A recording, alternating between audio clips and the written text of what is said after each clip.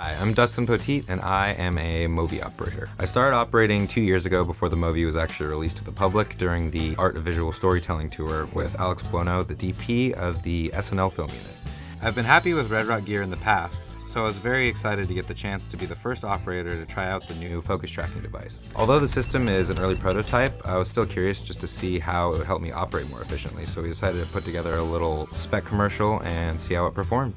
This device is great for any solo operator where a dedicated focus puller isn't possible. I've actually come across this problem a couple times in the past. It usually just happens when a production can't afford a focus puller or when the first AC can't follow me around during the shoot all night. So we went out to this nice park out in Sherman Oaks. It looked really good because we had some yellow leaves on the ground right on top of some green grass, which gave it really nice contrast. This project interested me because of the possibility the technology holds for my smaller productions where the budget might limit the amount of gear and/or camera crew available. To best demonstrate the capabilities of the device, we decided to use the MōVI M5, my 5D Mark III, the focus tracking system, 2 actors, and only natural light. Now, the way it works is the device uses Redrock's existing micro-tape sonic rangefinder to acquire the distance to subject, and that's something we had to consider as we prepared our actors for blocking.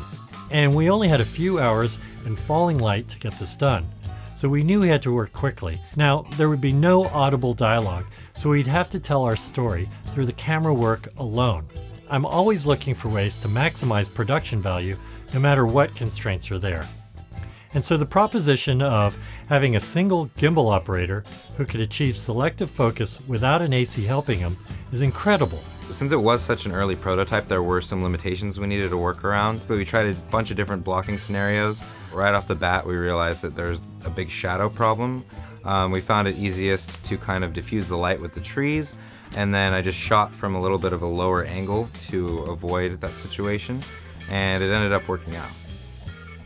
We were shooting on a 35mm full-frame lens at f2 and used ND filters to stop down the light. The scene we came up with starts out with a couple going for a picnic in the park and then turns into an engagement proposal. Pulling focus at f2 for this kind of one-shot is extremely difficult even for experienced focus pullers, but the focus tracking prototype did an amazing job keeping things in focus, and the footage was flawless. Unlike camera sensor-based autofocus systems, which depend on light, Redrock's system will focus down to total darkness because it uses sound waves instead of light to find focusing distances. Well, we got it all figured out by the time magic hour arrived and captured some great takes in that really warm sunlight. And then in the final scene, where the hero stumbles off into the setting sun, we were having a blast. Camera speed, okay, Because by that time, we had our oneer out of the way and we were just playing with the scene. right at the sun, there you go. A little more to the left. There you go. Fall. Overall, I was really impressed that it kept things in sharp focus even on a full-frame camera with a lens that was wide open. I can see how this will be helpful in situations where I'm the only operator, or there isn't anything left in the budget for a focus puller. I can't wait to see what Redrock will do with this in the future. Redrock Micro.